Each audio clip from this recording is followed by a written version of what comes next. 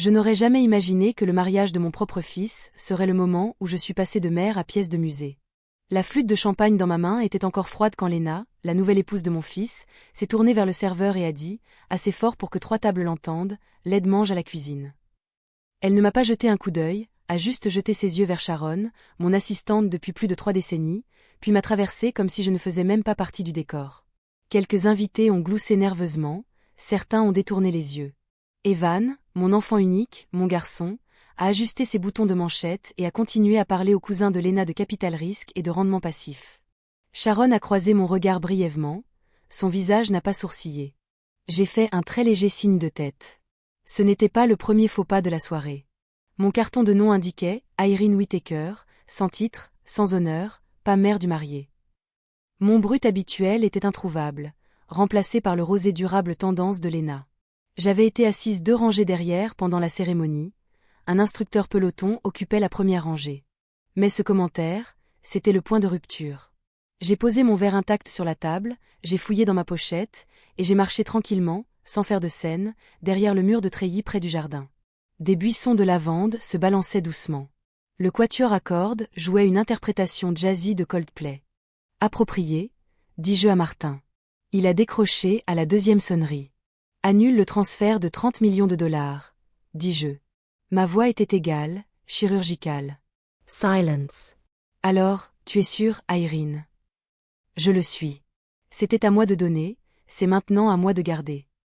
Il ne l'a pas remis en question, ne le fait jamais, il a compris. Je vais informer le conseil d'administration. J'ai mis fin à l'appel. À proximité, une rose se flétrissait sous la chaleur. Je l'ai cueillie délicatement. La fleur avait été parfaite autrefois, mais la beauté s'estompe et l'utilité expire. De retour à la table, Sharon était assise, calme, son verre plein mais intact. Elle s'est levée légèrement quand je me suis approchée. Toi. Nous nous sommes assises toutes les deux. Puis le discours a commencé. Evan a tapé sur son verre, affichant ce sourire parfait sous les guirlandes lumineuses. Je veux juste remercier tout le monde d'être ici, a-t-il dit, en particulier ma mère, Irene Whittaker, qui. Il s'est arrêté, le nom sonnait comme un poids de plomb. Il s'attendait à des applaudissements. Il n'y avait que le silence. Même le quatuor a cessé de jouer. J'ai incliné ma tête juste assez pour croiser son regard. Il a cligné des yeux, s'est raclé la gorge, a continué. Qui a aidé à rendre cette journée possible, a aidé. Temps mort. Mon fils, le garçon qui grimpait autrefois dans mon lit après des cauchemars, me regardait maintenant comme si j'étais de l'air. Léna serrait son bras, rayonnante dans sa robe à paillettes. Elle souriait comme une femme qui avait gagné quelque chose. Le toast a trébuché, des blagues, des applaudissements, un cliquetis de verre, mais l'atmosphère avait changé. Madame Harding, assise près de la fontaine, n'a même pas caché son sourire narquois. Elle s'est penchée vers un jeune homme, probablement le filleul de Léna, et a chuchoté quelque chose derrière sa serviette. Il m'a regardé, juste brièvement. Bien. Laissez-les chuchoter. Il ne le savait pas encore, mais il le saurait au dessert. Ce matin-là, avant l'insulte, avant le toast, avant la blessure, j'ai hésité à porter le médaillon en argent qu'Evan avait fabriqué en 3e année, un cœur légèrement bosselé, à l'intérieur une photo de nous, lui manquant une dent de devant, moi avec une écharpe, souriant, debout près de la même fontaine où il venait de prononcer ses vœux. Je l'ai laissé dans le tiroir, non pas parce que je ne l'aimais pas, mais parce que je soupçonnais, au fond de moi, qu'il n'avait plus besoin de moi, pas vraiment, pas à moins que je ne vienne avec des signes de dollars. La réception s'est éternisée comme un parfum passé de mode, des rires imbibés de rosée, le raclement des talons sur le flagstone, et la voix d'Evan résonnant alors qu'il travaillait la foule comme un politicien. Il ne m'a pas cherché, bien sûr qu'il ne l'a pas fait, en effet. De retour à la maison principale du domaine, Sharon marchait 3 pas derrière moi, comme toujours, non parce qu'elle devait le faire, mais parce que c'est ainsi qu'elle me protégeait. Nous avons atteint le couloir arrière, calme et oublié des décorateurs. Le silence a laissé place à la vérité. Dans mon bureau, j'ai enlevé mes gants et me suis assise à mon bureau, le même bureau en chêne que j'avais utilisé pour concevoir la première maison d'exposition Sinclair en 87. J'ai ouvert le tiroir à dossiers. Le classeur était épais, relié de cuir, ma vie en contrat. À l'intérieur, des clauses qui pouvaient créer des fortunes ou les enterrer. Le nom d'Evan apparaissait dans beaucoup trop d'endroits. Je l'avais déjà retiré du fond d'annonce, mais il était temps maintenant de creuser plus profondément. J'ai feuilleté la section intitulée « Succession et contrôle discrétionnaire ». C'était tout, le pouvoir sans la propriété, l'accès à chaque coffre-fort, chaque vote, chaque décision exécutive. J'ai appelé Martin. Avenant à la fiducie successorale, ai-je dit, avec effet immédiat, Evan doit être dépouillé de tout pouvoir discrétionnaire. Si une facture de fleuriste traverse son bureau, je veux qu'elle soit redirigée. Martin n'a pas bronché. Et le raisonnement? Rupture de confiance, ai-je dit, tant dans l'esprit que dans la substance. Il a compris. Martin comprend toujours. Il sera déposé avant minuit. J'ai expiré, le genre de respiration que vous ne prenez que lorsque vous avez retenu une décennie dans vos poumons. Les gens supposent que le silence signifie l'abandon. Ce n'est pas le cas. Parfois, c'est une stratégie, et parfois c'est le son des racines qui se retire. Au coucher du soleil, le mariage se mourait de sa jolie mort. Le DJ était passé à des classiques surjoués, la foule s'était clairsemée et le bar avait rouvert. Evan faisait le tour du patio, toujours souriant, serrant toujours la main des hommes qui prenaient mes appels en premier. Léna, elle, posait pour des photos à côté du gâteau personnalisé, les dents étincelantes comme si c'était un événement de presse. Elle a croisé mon regard une fois. Son sourire a vacillé, pas parce qu'elle savait, pas encore, mais parce qu'elle le sentait, comme un animal ressent un tremblement longtemps avant le séisme. Sharon s'est approchée avec son pas silencieux habituel, tenant un dossier en lin. Liste des invités, dit-elle simplement, marquée pour ceux qui vous ont reconnu et ceux qui ne l'ont pas fait. J'ai jeté un coup d'œil vers le bas. Il y avait des coches, des astérisques et une note manuscrite au bas. Madame Harding a apporté un cadeau, le plan original du domaine Whittaker, disait-il. Vous voudrez peut-être vous souvenir de qui a construit la maison qu'ils essaient d'hériter. J'ai souri. Pas le genre que vous donnez pour les photos, le genre qui signifie que vous vous souvenez où le bois de chauffage est conservé. Le lendemain matin, je me suis habillée avec intention. Tailleur anthracite, pas de bijoux, lignes épurées, talons souples. Je ne m'habillais pas pour la guerre, je m'habillais pour récupérer les outils de l'architecture. À 10 heures, Sharon et moi nous tenions devant le caveau familial. Et là, l'assistante de Léna, avait pris des objets de famille sans permission. Les images de sécurité le montraient clairement. « Dois-je appeler la police ?» demanda Sharon. « Non, dis-je, laissez-moi vous montrer comment une matriarche travaille. » Nous sommes entrés dans la suite nuptiale avec formalité. Léna, dans sa robe de soie et ses boucles de mariage, leva les yeux de son expresso. Irene, gazouilla-t-elle, d'une fausse douceur, quelle surprise. Nous terminons juste les photos. Je suis venu chercher les objets de famille de ma famille, dis-je calmement. La confusion traversa son visage, puis l'indignation. Vous avez approuvé cela, dit-elle. Je ne l'ai pas fait. Sa voix se crispa. Nous n'avons pas fini de tourner. Sharon s'avança et ouvrit une bourse de velours, vide, attendant. Vous pouvez les rendre maintenant, dit-elle froidement, ou expliquer à la presse pourquoi vous les avez gardés. C'était assez calme pour entendre un bouchon de champagne sauter à 2 pièces de là. Lentement, Léna a enlevé la bague de saphir, puis le peigne en ivoire. Ses doigts tremblaient, mais sa mâchoire se contractait. Elle les a placés dans la paume de Sharon, comme s'ils étaient du poison. La voiture. J'ai glissé la bague à mon doigt, la bague de ma grand-mère. Elle était fraîche et familière, comme poser sa main sur de la pierre solide. Elle pensait que la porter faisait partie de l'histoire, ai-je dit. La réponse de Sharon était vive et douce. Elle a oublié qui l'a écrite.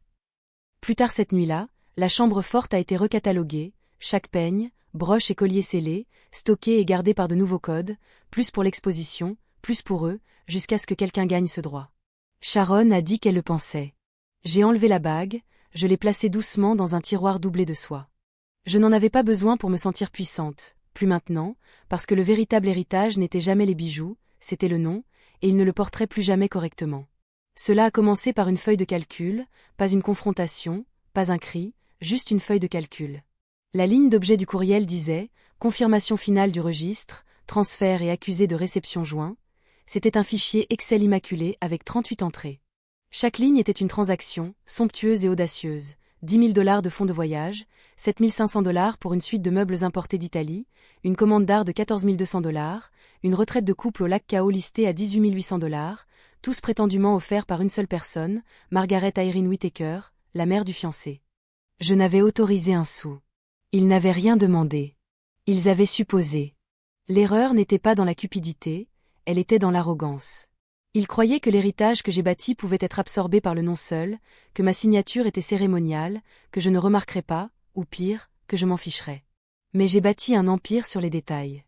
Je connais le poids de chaque zéro, et ceci, c'était un détournement de fonds masqué en droit. Je me suis tourné vers Sharon, combien d'entre eux ont été traités? Ai-je demandé, ma voix comme de l'acier poli. Elle a scanné les rangées avec une précision qui ferait honte à un auditeur. 3 sont passés, dit-elle, le reste est en attente. J'ai pris le téléphone et j'ai appelé Martin. Gel immédiat de tous les transferts de fonds liés au mariage, raison, incohérence administrative. Il n'a pas posé de questions. Ce sera fait avant le coucher du soleil, répondit-il. Je n'avais besoin d'aucun feu d'artifice. Je préférais la tempête qui gronde juste sous l'horizon.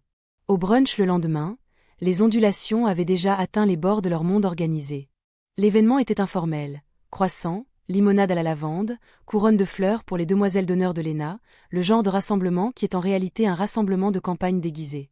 Je me suis tenu près du mur du fond, à côté des hortensias, hors de la lumière. Les murmures ont commencé près du bar à Mimosa. Je pensais qu'ils finançaient la lune de miel. J'ai entendu dire que le fonds de voyage avait rebondi. N'a-t-elle pas dit que le cadeau Sinclair couvrait la commande de portraits? Léna a été la première à le sentir. Son sourire s'est crispé, sa posture s'est redressée. Elle a commencé à scanner la pièce comme une hôtesse qui a soudainement réalisé que le four n'avait jamais été allumé. Evan se tenait près de la fontaine, riant trop fort de rien. Ses mains n'arrêtaient pas d'ajuster les poignets d'une chemise que je lui avais achetée il y a 5 ans, quand il ne pouvait pas s'offrir des chemises qui ne venaient pas d'un magasin d'usine. Il ne me regardait pas. Il ne le pouvait pas. Le soir, la coordinatrice de mariage avait envoyé un courriel soigneusement formulé « Bonjour Miss Whittaker, juste une petite clarification sur certains éléments du registre. Plusieurs transferts semblent retardés. Devrions-nous renvoyer les détails de paiement pour votre commodité? Avec gratitude, Anna, au nom de Léna et Evan. » Sharon a rédigé la réponse « Examen en cours, veuillez patienter. » Rien de plus, car tout ce qui aurait été plus aurait reconnu qu'ils étaient des participants, et ils ne l'étaient pas, plus maintenant. Cette nuit-là, j'ai examiné le registre complet seul dans la bibliothèque. Chaque article, chaque ligne était un aveu, non seulement de leurs droits mais de leurs attentes, un ensemble de bagages de marque monogrammés, Elani, un abonnement à un service de conciergerie florale exclusif, des photos de fiançailles encadrées sur mesure avec un éclairage de qualité muséale. Ce n'étaient pas des cadeaux, c'étaient des exigences déguisées en gratitude. Au bas de la liste, un article a attiré mon attention. Fonds de donation d'héritage, fondation de bienfaisance familiale, 25 000 $ de M. Whittaker. Celui-là a fait mal, parce que j'avais prévu quelque chose de semblable, mais maintenant ils essayaient de me devancer dans le communiqué de presse, dans les éloges. Le lendemain matin, j'ai rencontré Martin à nouveau, sans délai, sans thé, sans bavardage. Annuler la donation, ai-je dit, rediriger toute la ligne de dépenses de mariage dans le fonds d'initiative pour les femmes Whittaker. Il a haussé un sourcil, a compris. Et pendant que vous y êtes, ai-je ajouté, signalez tous les fournisseurs que Léna ou Evan ont contactés au cours des 3 derniers mois en utilisant le nom Whittaker. Je veux que ce soit audité, catalogué et comptabilisé. Que dois-je dire si jamais il riposte? Demanda-t-il. Je lui ai plongé mon regard dans les yeux. Dites-leur que Margaret ne finance pas le happening. À la fin de la semaine, l'industrie l'avait remarqué. Ça le fait toujours. Des conversations discrètes ont surgi parmi les fleuristes, les traiteurs, les donateurs historiques, et même le magazine local que Léna courtisait. La famille n'a-t-elle pas financé leur lune de miel? Pourquoi les paiements ont-ils été refusés? Est-ce que Margaret se retire? Bien. Laissez-les spéculer. Laissez-les sentir les bords de ce qu'ils ont pris à tort pour un chéquier ouvert, parce que la réputation n'est pas une question de presse, c'est une question de pression, et j'avais cessé de supporter le poids pour les gens qui appelaient cela un héritage. Ce n'était pas une bague qui a changé quoi que ce soit, c'était qui supposait qu'elle resterait disparue. Le lendemain du brunch, Sharon est entrée dans mon salon tenant une boîte en velours avec des mains gantées, comme on pourrait porter un artefact ou un mensonge. J'ai fait recataloguer la voûte, dit-elle, ceci avait été laissé sous la collection nuptiale, usage temporaire. J'ai ouvert le couvercle. À l'intérieur se trouvait le peigne de ma mère, en ivoire sculpté à la main avec de fines gravures le long du bord, et la bague en saphir de ma grand-mère, fraîche et brillante même sous la faible lumière de la lampe. Le peigne avait encore une mèche au beurre coincée entre les dents. La bague sentait encore légèrement l'eau de rose ancienne. Léna les avait portés comme un costume, un rôle qu'elle croyait venir avec des accessoires au lieu de responsabilité. J'ai passé mon pouce sur la face du saphir. 3 générations, 3 guerres, 3 naissances et 2 funérailles. Ce n'étaient pas des bijoux, c'était une lignée. 2 jours plus tôt, Sharon se tenait dans l'embrasure de la suite nuptiale, une bourse de velours dans une main, indifférente aux pitreries de Lena. « Vous plaisantez, dit Lena, à moitié riant, à moitié menaçant. Nous n'avons même pas fini avec les photos. » Le visage de Sharon n'a pas bougé. « Madame Whittaker a demandé le retour de tous les objets de famille. » Immédiatement. « Vous ne pouvez pas être sérieuse, dit-elle à nouveau, essayant d'invoquer ce charme de bombe qu'elle utilisait sur les assistants débutants. Je vais les faire nettoyer et envoyer par coursier après la lune de miel. Sharon ouvrit la bourse. Elle était sérieuse. Au moment où vous avez contourné son autorité pour les prendre. Un silence s'épanouit, lourd, en colère, indésirable. Lena a enlevé le peigne de ses cheveux et a retiré la bague de son doigt comme si elle brûlait. Elle les a placés dans la paume ouverte de Sharon sans un autre mot, non pas parce qu'elle respectait la demande, mais parce que même un voleur sait quand il a été pris. De retour dans mon bureau, j'ai fermé la boîte et les placés dans le tiroir supérieur de mon bureau. Je n'étais pas en colère, j'étais lucide. C'est ça la différence. La colère brûle, la clarté perdure. J'ai pris mon stylo et j'ai ajouté une nouvelle clause au registre des héritages. Aucun objet ne peut quitter le domaine sauf demande formelle par écrit de la matriarche, signée et attestée, sans exception, avec effet immédiat. Le lendemain matin, les gros titres ont changé. Belle Whittaker rend les héritages familiaux, mauvaise communication ou faux pas. Margaret Whittaker se retire des événements familiaux dans le silence sur les finances du mariage. Héritage interrompu, les Whittaker se rebrandillent ou se défont-ils. Je n'ai fait aucune déclaration. Le silence, encore une fois, en disait plus. Au crépuscule, je suis retournée dans le jardin. Les pivoines avaient fleuri trop tôt, luxuriantes et lourdes, tombant sous leur propre beauté. Je me suis assise sur le banc en fer forgé où Evan jouait autrefois avec des soldats de plomb et j'ai laissé l'air se calmer. Sharon s'est approchée tranquillement, une enveloppe scellée à la main. Elle était lourde, cachetée à la cire et ne portait pas d'adresse de retour. À l'intérieur se trouvait une carte de notes, simple ivoire avec une écriture noire. Vous n'étiez pas obligé de nous humilier. Pas de nom, mais je n'en avais pas besoin. La police hurlait Lena. Je l'ai brûlée dans la cheminée sans un mot. Plus tard ce soir-là, j'ai versé un petit verre du Porto préféré de mon mari, la bouteille que nous avions gardée pour les tournants, et je me suis assise sous le portrait de ma mère. La bague était posée à côté de mon verre, non portée, au repos. Qu'ils disent que j'ai surréagi, qu'ils disent que je suis dramatique, qu'ils disent que j'en ai fini, parce que lorsqu'une femme reprend ses limites, ceux qui les franchissent appelleront toujours cela une trahison, et je préfère être trahi par des attentes que par mon propre silence. Ils ont toujours pensé que l'Empire vivait dans les murs, dans les salles de conseil, la table en marbre, les portes en verre gravées avec les armoiries des Whittaker, les vues sur l'horizon, mais l'héritage ne vit pas dans les bâtiments, il vit dans ce que vous cachez à la vue de tous, et je l'avais bien dissimulé. Je l'appelais le portefeuille fantôme. Ce n'était pas un secret, du moins pas pour quiconque prenait la peine de lire les petits caractères, mais personne ne l'a jamais fait, surtout pas Evan. Il a hérité de l'esprit brillant, pas du cran. Pendant des années, j'ai glissé des avoirs dans des fiducies aveugles, des brevets partiels, des biens locatifs répertoriés sous des filiales, un groupe d'hôtels de charme à Lisbonne, des droits de licence pour des motifs textiles que j'ai créés au début des années 90, une ligne de meubles dormantes que Lena avait autrefois affectée à son initiative de relance, pour ensuite oublier son existence. Chaque actif générait des rendements modestes, pas tapac sans grave-l'œil, pas digne des gros titres, mais stable, constant, inébranlable. Ensemble, ils représentaient plus de 30% de la force opérationnelle de Sinclair Whittaker Design, et Evan n'a jamais demandé d'où ils provenaient. Il pensait que ce n'étaient que des postes, de petits miracles rendus possibles par sa vision. Cette semaine-là, j'ai commencé à tirer les ficelles, discrètement et stratégiquement. J'ai vendu le Lisbon Hotel Group à une société de capital investissement qui respectait le silence autant que moi. Les droits de licence ont été transférés à l'initiative des femmes Whittaker, la ligne dormante a été rebaptisée, renommée et offerte à une école de design à but non lucratif pour de jeunes femmes issues de communautés défavorisées. Tous les documents signés et exécutés d'ici vendredi.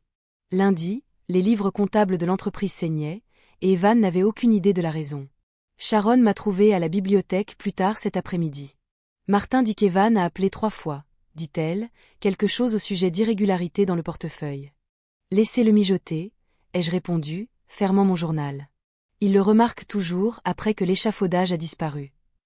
Elle n'a pas demandé quel échafaudage, elle n'en avait pas besoin. Elle a versé mon thé et s'est assise en face de moi. Tu as toujours été l'architecte, dit-elle. Il pensait que j'étais le papier peint. Ce vendredi, j'ai reçu un courriel du président du conseil d'administration. Nous avons été informés d'un changement important dans le portefeuille d'exploitation. Veuillez nous indiquer vos disponibilités pour participer à une séance d'urgence lundi matin. J'ai répondu avec une seule ligne, veuillez procéder sans moi. L'échafaudage a bougé. Ce week-end-là, la société a recommencé à chuchoter, non pas avec mauvaise intention, mais avec curiosité. Qu'est-il arrivé au couple en or? Pourquoi Margaret déplace-t-elle des actifs? Où est Lena? Ceux qui comptaient ont demandé doucement, avec inquiétude. Ceux qui ne comptaient pas ont spéculé en chuchotant autour de cocktails et de tartares de saumon. Un donateur au Gala des Arts a même demandé à Sharon, « Est-ce que Margaret va bien ?» Elle a souri poliment. Elle évolue.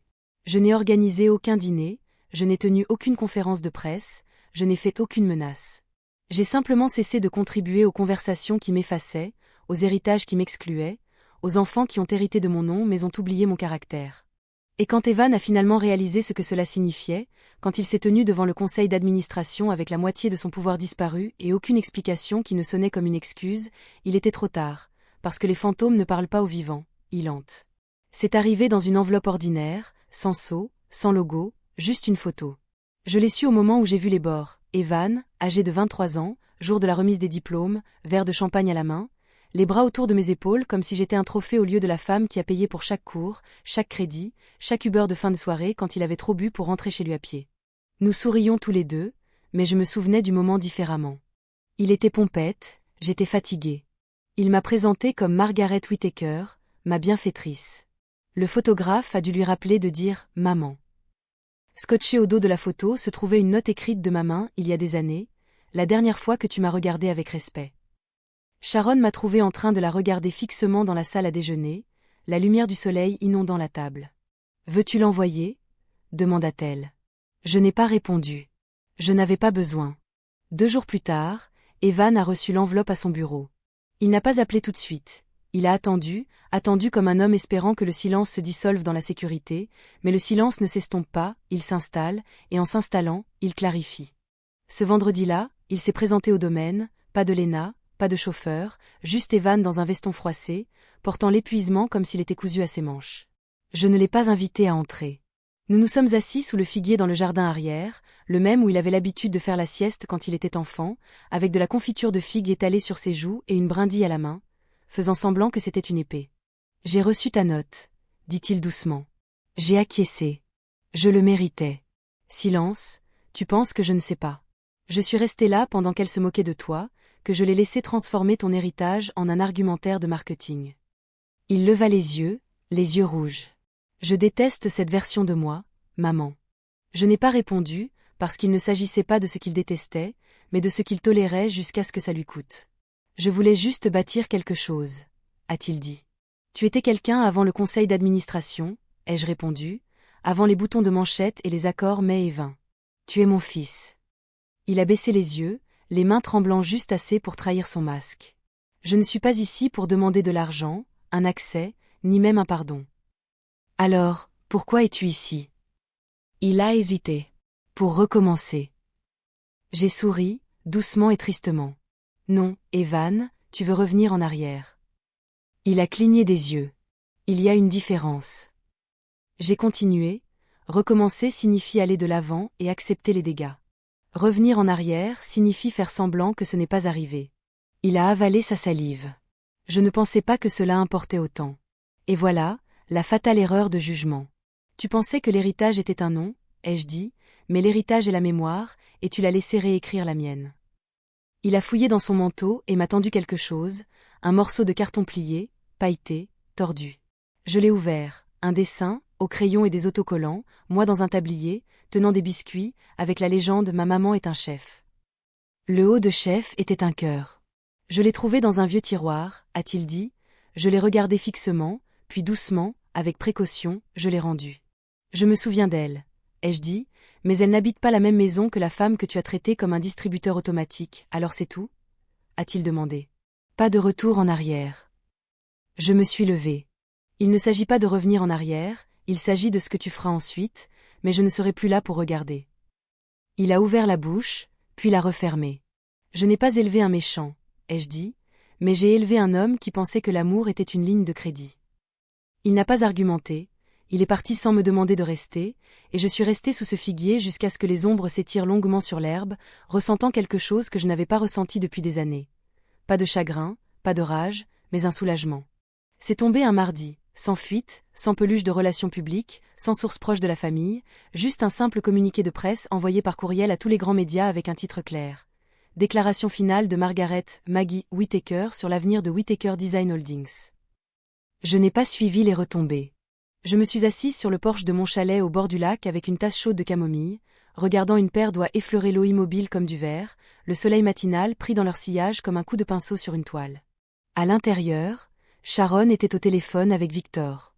Je pouvais l'entendre murmurer à propos des dates d'embargo, des lignes de signature, des clauses de syndication, mais je n'avais plus besoin d'être dans la pièce. J'avais déjà dit ce qui devait être dit. Après 4 décennies à bâtir une entreprise familiale, j'ai choisi de me retirer complètement de Whittaker Design Holdings. Je n'ai plus aucun lien financier, juridique ou consultatif avec cette entreprise. Cette décision n'a pas été prise à la hâte, mais avec lucidité.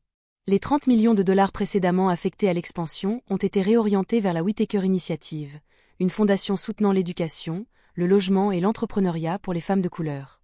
L'héritage n'est pas un empire, ce n'est pas un nom de famille, c'est qui garde votre nom en sécurité dans sa bouche quand vous n'êtes pas dans la pièce. Maggie Whittaker. Cette dernière ligne, c'était pour Lena. Je ne l'ai jamais nommée, je n'en ai jamais eu besoin, mais elle le lirait, et elle le sentirait, non pas parce que c'était mesquin, mais parce que c'était définitif. Il a fallu moins d'1 heure pour que les appels commencent. Hélène, impassible comme toujours, les a tous reçus. Victor m'a envoyé un texto avec un seul mot, fait. Les titres ont été immédiats. La matriarche Whittaker se retire de l'empire familial, rediriger des millions vers les femmes marginalisées. Maggie Whittaker prend sa retraite avec grâce dans une déclaration. L'absence de Lena Whittaker dans le communiqué a suscité des spéculations. Mais je n'ai répondu à aucun d'eux. Je n'avais pas besoin de le faire. Le silence a une gravité quand on l'a mérité. Vers midi, madame. La voiture de Davenport s'est garée dans mon allée de gravier. Son chauffeur portait un smoking. Son rouge à lèvres avait l'air suspect frais pour une femme qui prétendait être juste dans le quartier. Elle portait une boîte de bar au citron plus vieille que ma 2e hypothèque et s'est installée sur ma chaise de Porsche avec la même confiance qu'elle utilisait pour organiser des ventes aux enchères caritatives. « Vous l'avez fait », a-t-elle dit, en soupirant alors qu'elle posait son sac à main. Je lui ai servi du thé. Vous avez craqué l'allumette sans broncher. J'ai siroté le mien. Les allumettes ne me font pas peur, j'ai traversé le feu. Elle s'est penchée en avant d'un air conspirateur. Zach m'a appelé. L'a-t-il fait? Je n'ai pas levé les yeux. A dit qu'il prenait du temps. Belle est partie la semaine dernière. J'ai cligné des yeux, mais je n'ai pas bronché. A demandé la séparation, a-t-elle ajouté, ses avocats évoquant déjà des termes comme tromperie émotionnelle et fausse déclaration d'héritage. J'ai souri. Finalement, des poches vides font des avocats honnêtes. Madame. Davenport a ri, fort, sans retenue, et pleinement libre. Tu as toujours été la cuillère la plus aiguisée du tiroir. Cet après-midi-là, Sharon et moi avons fait notre boucle habituelle autour du lac. L'eau scintillait, l'air sentait la terre fraîche et le pain lointain. Elle m'a demandé ce que je voulais faire graver sur la pierre angulaire du premier campus de l'initiative Whittaker. J'ai réfléchi un instant, puis j'ai dit « Dis la vérité, même si cela te coûte tout ». Elle a noté sans ciller, et nous avons continué à marcher, 2 femmes, un héritage, aucune permission nécessaire. Cette nuit-là, pour la première fois depuis des années, je n'ai pas rêvé des vannes, ni du garçon aux genoux écorchés et aux cheveux sauvages, ni de l'homme aux chaussures polies et au silence glissant. J'ai rêvé de mes propres mains, cousant, signant, séparant ce qui avait pourri et retissant quelque chose qui pouvait respirer. Quand je me suis réveillée, les draps étaient frais, le lac à l'extérieur calme, et je l'ai senti. La douleur avait disparu, pas la peine, pas le chagrin, juste de l'espace. 1 semaine passa, puis 2. La maison au sommet de la colline Whittaker, le domaine que j'avais construit brique par brique, est resté intact, la suite nuptiale fermée, la piscine vidée pour l'entretien, les hortensias fanées par manque d'arrosage. J'ai reçu des nouvelles de Victor. L'avocat de Belle avait déposé une requête pour contester des parties du domaine en vertu de ce qu'ils appelaient « promesse implicite d'héritage ». Victor a répondu par une seule ligne, il n'y avait aucune promesse, seulement des suppositions. L'affaire a été rejetée dans les 72 heures, mais les suppositions, j'ai appris, meurent lentement, surtout quand elles sont la seule chose qui maintient une personne ensemble. Sharon est entrée dans mon bureau un matin, son ordinateur portable ouvert. Madame. Davenport a transféré ceci, dit-elle, en inclinant l'écran vers moi. C'était un clip, juste quelques secondes, d'un brunch de charité à la galerie. Belle, en plein rire, un verre de rosé à la main. Elle a toujours voulu le contrôle, a chuchoté une femme hors caméra. Maintenant, elle a le silence, a répondu l'autre femme. Aucun empire ne s'effondre comme celui qui est construit sur des noms empruntés. Je n'ai pas souri, non pas parce que ce n'était pas satisfaisant, mais parce que c'était vrai. Plus tard cet après-midi, je suis allée dans la salle d'archives, celle que Sharon et moi avions réaménagée pour l'initiative. Des rangées de boîtes, de dossiers, de coupures de presse, de registres, de photos. J'en ai sorti une étiquetée « Famille privée ». À l'intérieur, des cartes d'anniversaire, des bulletins scolaires, des peintures aux doigts signés EV, et une épingle à paillettes, et une photo Polaroid de l'année où j'ai ouvert mon premier cabinet de design. Evan avait 4 ans, assis les jambes croisées sur le tapis de mon bureau, tenant une règle comme une épée, portant une couronne faite de trombone. Je l'ai tenue sur mes genoux pendant longtemps, puis je l'ai remise à l'intérieur. L'héritage n'est pas fait de ce que vous gardez, il est fait de ce que vous protégez, et j'avais passé trop de temps à protéger des gens qui n'ont jamais appris le poids du mot. Ce soir-là, Sharon m'a rejointe pour un verre de vin sur la terrasse, pas du pinot, pas du chardonnay, un riche cabernet épais de souvenirs. Elle a regardé le lac. Penses-tu qu'il le regrette? Je n'ai pas répondu tout de suite, puis j'ai dit, je pense qu'il regrette les conséquences, pas ses choix. Elle hocha lentement la tête. Et belle. Elle regrette de perdre l'échelle plus que de perdre la main qui la tenait. Le soleil s'est couché derrière les arbres, projetant tout en or. J'avais l'habitude de penser qu'être nécessaire était la même chose qu'être aimé. Ai-je dit, et maintenant je le sais mieux. Nous avons trinqué et laissé le silence combler tout ce qu'ils avaient pris. Le domaine était assis sur la colline Whittaker comme un monument à la mémoire sélective. Autrefois, je le considérais comme une maison, maintenant cela me rappelait une robe que j'avais dépassée, toujours accrochée au fond du placard, conservée uniquement par habitude. Sharon et moi sommes montés un matin à la fin de l'automne. L'air était vif avec le parfum des feuilles qui tournent et de la pluie pas encore tombée. Je ne lui ai pas dit pourquoi je voulais y aller, elle n'a pas demandé. Le portail en fer s'est ouvert après une pause. Evan a dû avoir oublié de révoquer les anciens codes d'accès, certaines choses qu'ils n'ont jamais pris la peine de changer, ils supposent que vous ne reviendrez jamais à l'intérieur. C'était calme, pas le calme confortable de la solitude, mais le silence étouffé d'un espace qui avait cessé de respirer. Nous avons parcouru les couloirs, les meubles drapés de drap blanc, la poussière dansant dans les rayons de lumière, la cuisine sentait encore légèrement l'huile de citron que j'utilisais sur les comptoirs, dans la salle à manger un cadre tordu était toujours accroché, l'une de mes premières esquisses datée de 1986, le papier jauni, l'encre fanée. Ils ne l'ont jamais enlevé, ils ne l'ont jamais assez valorisé pour l'enlever, il était trop familier pour être jeté, trop incommode pour être respecté. Je suis entré dans le bureau, le même où j'ai signé le premier contrat client, où Evan avait l'habitude de jouer sous le bureau pendant que je jonglais avec les factures et les échéances, et là, il y avait la chaise, ma chaise, recouverte de laine marine, éraflée au coin, mais toujours debout. J'ai passé mes doigts sur les bras et j'ai expiré, c'est là que je suis devenu quelqu'un, ai-je dit doucement. Sharon se tenait à la porte en regardant, et c'est là qu'ils ont oublié, ai-je ajouté, ont oublié que j'avais une colonne vertébrale, un esprit, que je n'étais pas seulement un échafaudage pour leur ambition. Elle s'est approchée. Ils n'ont pas oublié, Maggie, ils ont ignoré, il y a une différence. Nous ne sommes pas restés longtemps. J'ai pris un article, un petit presse-papier en laiton en forme de gland. Evan me l'a donné pour mon 40e anniversaire, a dit, pour tes idées, pour qu'elles ne s'envolent pas. J'ai laissé le reste, la maison n'était plus à moi, pas légalement, pas émotionnellement, c'était une archive évidée de droit. Alors que nous retournions à la voiture, Sharon s'est tournée vers moi, es-tu sûre que tu as fini? J'ai levé les yeux vers les fenêtres, vides, calmes, impassibles. Je n'ai pas seulement fini, ai-je dit, je suis libre. Cette nuit-là, j'ai placé le gland sur mon bureau au chalet, il était assis à côté d'un nouveau croquis de conception, pas pour une maison, pas pour un client, pour un centre communautaire financé par l'initiative Whittaker, un vrai endroit, pas d'escalier en marbre, pas d'illusion de lustre, juste de l'espace et de la sécurité et de l'air, une maison qui n'oublierait jamais les mains qui l'ont construite. Le premier projet de mon testament final n'a pas été écrit par un avocat, il a été griffonné dans la marge de mon journal de jardin à côté de notes sur l'exposition au soleil et les cycles de taille, laisser quelque chose derrière qui n'a pas besoin d'une plaque pour avoir de l'importance, cette ligne est restée avec moi, non pas parce que je mourais, mais parce que j'étais, pour la première fois, pleinement vivante sans performance, sans excuse. Victor est arrivé cet après-midi-là, des dossiers à la main, il portait toujours du gris aux réunions comme celle-ci, pas de noir, pas de bleu, un ton neutre, la couleur des vérités tacites. Nous nous sommes assis à ma nouvelle table de cuisine, en chêne, ensoleillée et humble. J'ai apporté tout ce que vous avez demandé, dit-il, en posant un dossier épais, révision finale, pas de place pour l'interprétation, juste de la clarté. J'ai hoché la tête et j'ai pris mon stylo. L'avez-vous lu ? Demanda-t-il. J'avais 2 fois, et pourtant j'ai feuilleté une dernière fois, chaque clause étant une brique soigneusement conçue dans une nouvelle sorte de maison, une construite non pas sûre. Des liens de sang, mais sur des frontières. Le nom d'Evan est apparu une seule fois, une modeste allocation de subsistance, suffisante pour lui rappeler que la dignité était la mienne à donner, pas la sienne à attendre, le reste, des bourses d'études, des subventions de démarrage, un logement de transition pour les femmes de plus de 50 ans qui recommencent, et un fonds d'art créatif en l'honneur de ma défunte mère qui n'a jamais eu la chance de peindre professionnellement parce qu'elle a élevé 3 enfants et un mari qui n'a jamais cru à la couleur. Victor m'a regardé signer, puis il a scellé l'enveloppe et l'a aplatie de sa paume. Fait, dit-il. Non, répondis-je, commencez.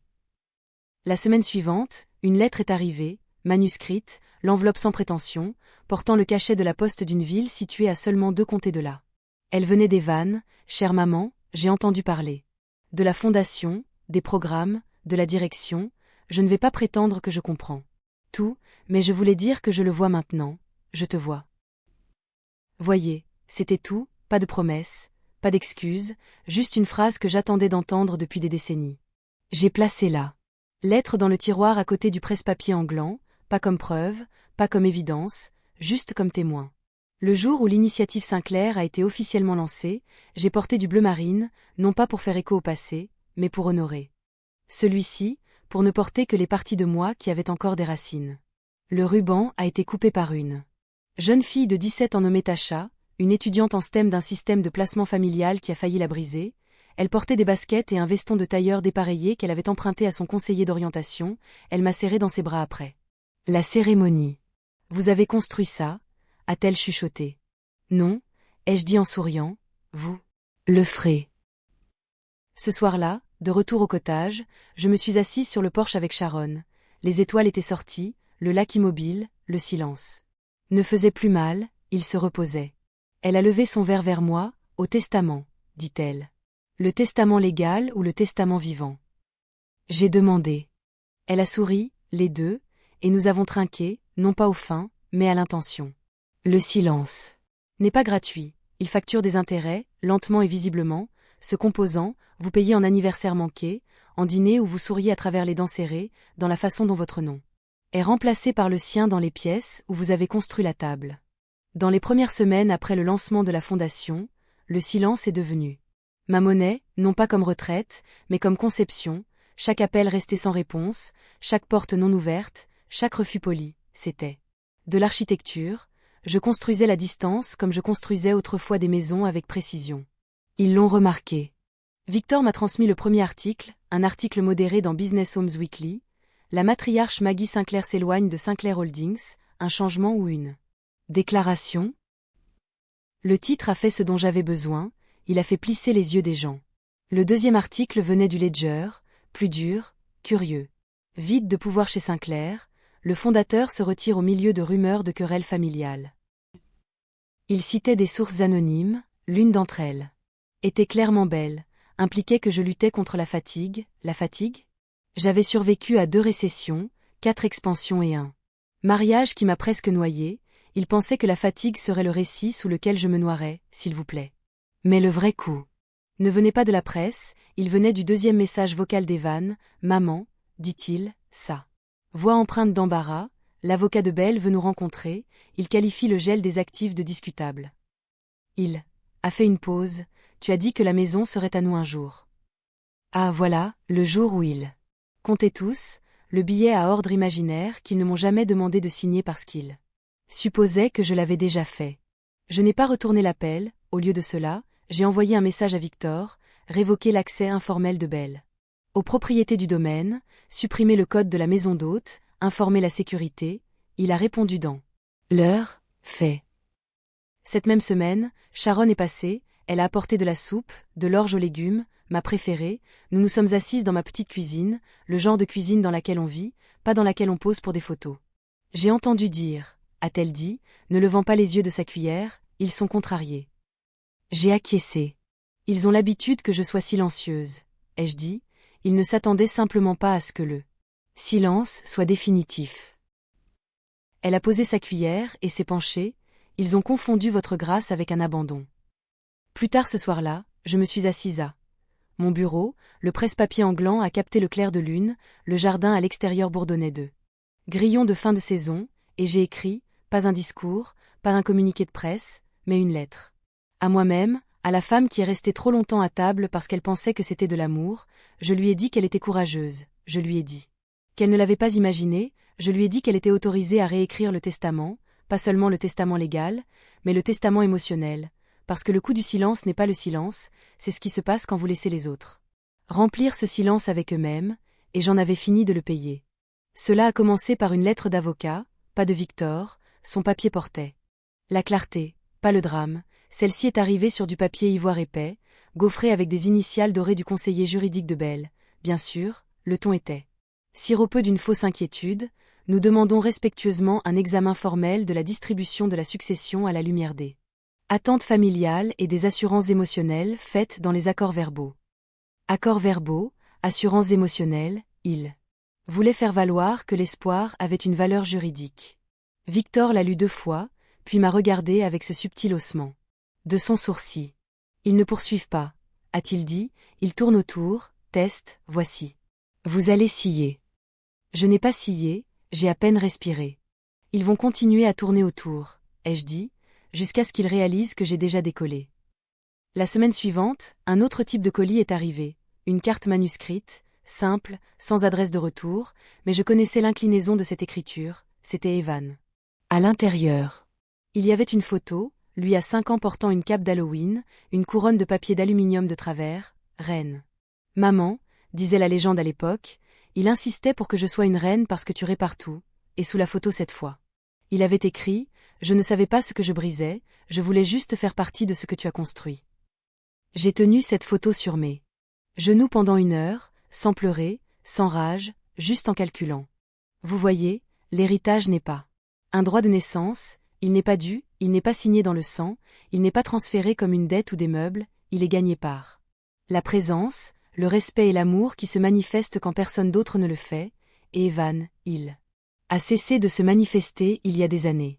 Lors de la prochaine réunion du conseil d'administration de la fondation, je suis arrivée 10 minutes en avance, Sharon avait préparé l'espace, du thé, des scones frais, une lumière douce à travers les stores, à l'ordre du jour, l'approbation de 3 nouvelles bourses d'études pour les aidants déplacés retournant à l'école, une subvention pour financer un centre de bien-être dans un refuge local, et une nouvelle ligne dans nos règlements, aucun membre de la famille ne sera éligible à un siège au conseil d'administration à moins d'être nommé par un vote unanime non familial, unanime, pas d'échappatoire, pas de défense de charme, pas de lien de sang pour annuler le travail. La motion a été adoptée sans un murmure de dissidence. Après la réunion, j'ai marché dans le jardin, les hortensias se fanaient, mais la lavande avait repoussé, parfumée et défiante. Une jeune stagiaire marchait à côté de moi, Tasha, la même fille qui avait coupé le ruban quelques mois auparavant. Miss Sinclair, a-t-elle demandé, regrettez-vous parfois de ne pas les avoir laissés revenir? J'ai souri. Non ma chérie, ai-je dit, parce que le pardon n'est pas la même chose que la réintégration.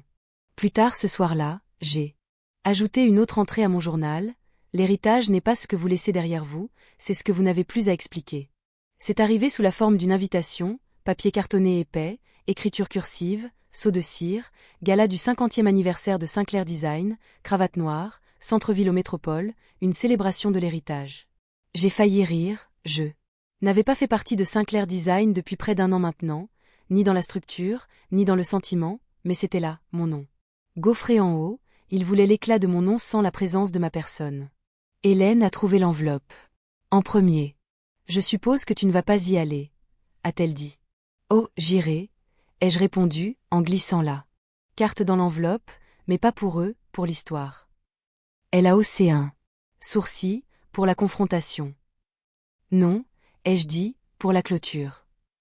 La nuit du gala était froide, une de ces soirées de début de printemps qui n'arrivent pas à se décider entre le gel et le brouillard. Je portais de la soie mate bleu nuit, des épaules structurées, pas de bijoux, juste une épingle au col, un magnolia argenté, un symbole. Silencieux. Je suis arrivée avec 5 minutes de retard exprès, laissez-les s'installer, laissez-les attendre. À l'intérieur, l'éclairage était doux, la musique familière, des reprises jazz des mêmes chansons de Coldplay qu'ils avaient jouées au mariage d'Evan. Il y avait des photos sur des chevalets, projetées sur des écrans, d'anciens plans, des lancements de salles d'exposition, et moi dans presque tous les cadres, debout, souriants, dirigeants. Ils avaient construit un musée à partir de moments qu'ils avaient autrefois essayé d'effacer. Evan m'a vu en premier, il s'est figé, un verre à la main, la même horreur polie clignotant sur son visage que j'avais vu le jour où j'étais sortie de la salle de conférence. Belle n'a pas levé les yeux, sa robe était rouge, pas le genre doux, le genre qui exige les projecteurs et l'attention, et pourtant, même dans cette pièce, elle était faible, parce que les projecteurs n'étaient pas sur elle, ils ne l'avaient jamais été. Une jeune associée est venue vers moi, nerveuse, rouge, impatiente. « Miss Sinclair », a-t-elle dit, pratiquement essoufflée, « c'est un tel honneur de vous rencontrer, j'étudie l'architecture d'intérieur, votre conception modulaire de 1992 sur les cuisines adaptatives a changé la façon dont je pense l'espace. » J'ai souri, doucement et pleinement, c'était l'une de mes préférées, vous. Vous souvenez pourquoi je l'ai construite de cette façon? Pour l'accessibilité, a-t-elle dit immédiatement, les clients post-opératoires, le vieillissement sur place. J'ai acquiescé, vous vous souvenez du pourquoi, c'est ce qui vous rend dangereuse, de la meilleure façon. Elle rayonnait, et j'ai senti quelque chose se relâcher dans mes côtes. La partie du discours a commencé peu après, Belle se tenait au micro, Evan à ses côtés. Ils ont parlé de croissance, de vision et de la poursuite de la mission de Maggie Sinclair. Ils n'ont pas mentionné pourquoi je ne me tenais pas avec eux, ils n'ont pas mentionné le procès qu'ils avaient discrètement abandonné le mois dernier, ils n'ont pas mentionné les 30 millions de dollars que j'ai détournés de leurs mains et vers l'avenir des femmes, mais je n'avais pas besoin qu'ils le fassent, parce que le public le savait, ceux qui comptaient, ils le savaient. À la fin de la soirée, alors que les manteaux étaient ramassés et les centres de table démantelés, Evan s'est approché de moi, « Je ne savais pas que tu viendrais », a-t-il dit. « Je sais », ai-je répondu. Il y a eu une longue pause. Était-ce difficile? A-t-il demandé, en lâchant prise. Je l'ai regardé, plus vieux, plus fatigué, un homme marchant dans un brouillard qu'il avait contribué à créer. Non, ai-je dit, ce qui était difficile, c'était de prétendre que tu le méritais. Je suis parti avant le toast final. Dehors, le vent s'était de nouveau levé, il a ébouriffé mes cheveux et s'est pris dans mon manteau, et pendant un instant, je me suis sentie détachée, légère. Il pouvait garder le bâtiment, garder la signalisation, les sièges au conseil d'administration, les invitations en relief, parce que j'avais quelque chose qu'il n'aurait jamais, un héritage qui ne pouvait pas être réécrit. Je n'avais pas mis les pieds dans le domaine Sinclair depuis 13 mois, pas depuis que j'ai laissé les clés dans une enveloppe de velours sur la table du foyer, que je me suis éclipsée avant l'aube et que j'ai dit au passé qu'il ne pouvait pas suivre, mais aujourd'hui, je suis revenue, pas par sentiment, mais pour l'inventaire. Victor avait pris des dispositions pour l'évaluation finale du transfert de la propriété, la fondation en prendrait bientôt la pleine propriété, convertissant le domaine en un centre pour l'innovation des femmes, un type d'héritage différent. Hélène m'a accueillie à la porte. « Tu es sûre de ça ?» a-t-elle demandé, sa voix basse. « Sûre ?» ai-je acquiescé. « Ce n'est plus ma maison, » ai-je dit, « c'est juste un bâtiment maintenant. Une coquille à l'intérieur. » Il avait toujours la même apparence, le sol en marbre poli avec un éclat suffisant, le lustre au-dessus du grand escalier manquant toujours un cristal, je ne l'ai jamais remplacé après qu'Evan l'ait cassé en jouant aux pirates à 7 ans, ils ne l'ont jamais remarqué, je l'ai toujours fait, les murs étaient maintenant couverts de photographies mises en scène. Séance de photos de la marque Evan et Belle, style Sinclair, pas une seule de moi dans la bibliothèque. J'ai trouvé le fauteuil en cuir que James avait aimé, celui que j'avais menacé de jeter une 12aine de fois, mais que je n'ai jamais jeté. Je me suis assise dedans maintenant, j'ai laissé la pièce respirer autour de moi. Hélène se tenait dans l'embrasure de la porte avec la liste d'inventaire. Nous avons examiné chaque article, peinture, accessoires, effets personnels, photographies, archivés, catalogués, enlevés. La plaque des armoiries familiales au-dessus du manteau a disparu, le papier peint à la main que j'ai conçu devant être conservé sous un film protecteur, tout ce qui avait autrefois crié la richesse chuchotait maintenant l'histoire. Lorsque nous avons atteint la chambre, celle qui avait été la mienne, puis celle des invités, puis la suite exécutive, je me suis arrêtée. Là, pliée au bout du lit, se trouvait la courte pointe, celle que j'ai faite l'année de la naissance d'Evan, des carrés jaunes pâles, des coutures tordues, une brûlure dans un coin depuis le moment où je me suis assoupie en tenant du thé. Je l'ai soulevée jusqu'à mon visage. Elle sentait encore le citron et un vieux parfum. Je pensais qu'ils avaient jeté ça, ai-je chuchoté. Hélène n'a rien dit, s'est juste avancée et a doucement posé une main sur mon épaule. Nous sommes restés là un instant, deux femmes qui avaient construit, réparé, porté. Puis j'ai plié la courte pointe, l'ai glissée sous mon bras et me suis retournée pour descendre.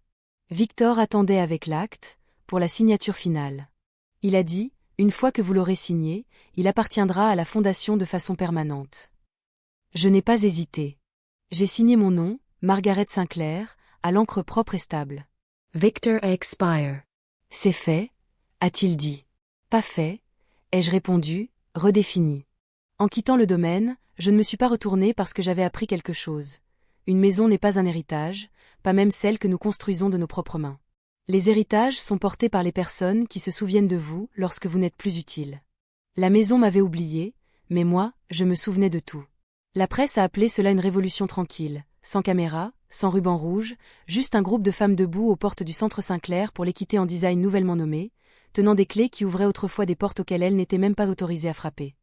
Je me tenais parmi elles, sans être annoncée, invisible, non pas parce que je n'avais pas ma place, mais parce que j'avais enfin appris la valeur de la présence par rapport à la reconnaissance. Hélène marchait à côté de moi. Elle ne portait pas de presse-papier aujourd'hui, juste un petit paquet enveloppé dans du papier brun et de la ficelle. « Qu'est-ce que c'est » ai-je demandé.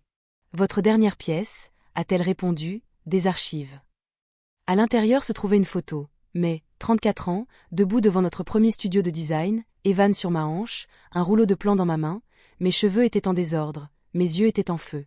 Elle avait écrit un mot au dos dans son écriture cursive soignée, « Origine ». Cet après-midi-là, j'ai prononcé mon dernier discours officiel, non pas devant une salle de conseil, ni devant une foule de galas, mais devant un groupe de jeunes femmes dans la cour du centre, des étudiantes en design, des survivantes, des mères, des rêveuses, celles qui prendraient les pièces que j'ai laissées et construiraient des plans entièrement nouveaux. Les gens vous diront, l'héritage est un nom. Ai-je commencé. Ils diront, c'est un blason familial, un fond en fiducie, une plaque de marbre près de la porte. Mais voici ce que j'ai appris. L'héritage n'est pas ce que vous laissez derrière vous, c'est ce que vous rendez possible. Elles ont écouté, pas avec des applaudissements, mais avec une faim, le genre qui pousse les gens à construire. Quand j'ai fini, une jeune femme a levé la main. « Est-ce que ça vous manque » demanda-t-elle, la compagnie, la famille. J'ai pensé au message vocal d'Evan, toujours sans réponse, à l'Instagram de Belle, maintenant débarrassé de mes initiales, au domaine, désormais rempli des pas d'étrangers devenant quelque chose de nouveau. Non, dis-je, la fille qui pensait qu'elle devait gagner leur amour en sacrifiant sa voix me manque. J'ai souri, mais elle n'a pas disparu, elle a juste déménagé. Cette nuit-là, je me suis assise au bord du lac avec une tasse de thé, sans appel, sans question, juste du calme, et pour une fois, le calme n'était pas quelque chose auquel je devais survivre, c'était quelque chose que j'avais choisi. J'ai regardé le vent rider l'eau, pas une tempête, pas de destruction, juste du changement, le genre que vous ne craignez pas, le genre que vous accueillez comme un final.